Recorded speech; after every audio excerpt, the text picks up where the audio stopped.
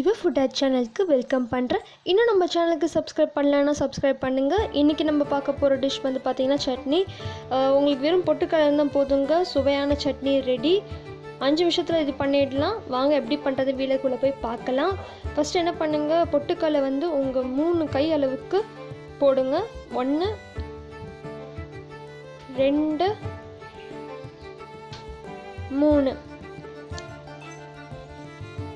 அப்புறமா என்ன பண்ணுறீங்கன்னா, ஒரு 6 பூண்டு வந்து எடுத்துக்கோங்க, அதையும் போட்டுடுங்க. ஒரு துண்டு இஞ்சி, ஒரு 7லேருந்து 8 சின்ன சின்னதாக வச்சுருக்கேன் தேங்காய், அதை வந்து போட்டுடுங்க. நான் ஃபஸ்ட்டு ஒரு மிளகா போட்டுட்டு காரம் பார்க்குறேன். ஒரு கை அளவுக்கு வந்து கொத்தமல்லி தழை போட்டுக்கோங்க. அவ்வளோதாங்க, இது நம்ம அரைச்சி எடுத்துக்கலாம்.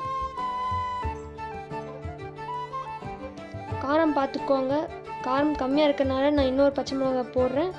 உப்பு போட்டுக்கிறேன்.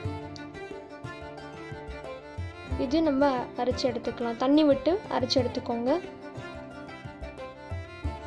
அவ்வளோதாங்க நம்மளோட சட்னி ரெடி. வெறும் 5 நிமிஷம் தாங்க ஆகும் சட்னி பண்ணுறதுக்கு. ஸோ இது நம்ம வந்து ஒரு பவுலில் மாற்றிக்கலாம். இது நீங்கள் இப்படியே யூஸ் பண்ணலாம், இல்லை உங்களுக்கு தாளிப்பு வேணும்னா தாளிப்பு பண்ணலாம். வாங்க அது எப்படி பண்ணுறதுன்னு வீடியோவில் போய் பார்க்கலாம். ஒரு சின்ன கடாய் எடுத்துக்கோங்க. அதில் 2 டீஸ்பூன் அளவுக்கு எண்ணெய் விட்டுக்கலாம். 1 டீஸ்பூன் அளவுக்கு உளுந்து, ஒரு 1 டீஸ்பூன் அளவுக்கு கடுகு. இதெல்லாம் பொரிஞ்சு வந்ததுக்கப்புறம் ஒரு வரமிளகா உடச்சி சேர்த்துக்கலாம். ஒரு 1/2 டீஸ்பூன் அளவுக்கு நம்ம பெருங்காயத்தூள் சேர்த்துக்கலாம். ஒரு 6 கருவேப்பிலை சேர்த்துக்கலாம்.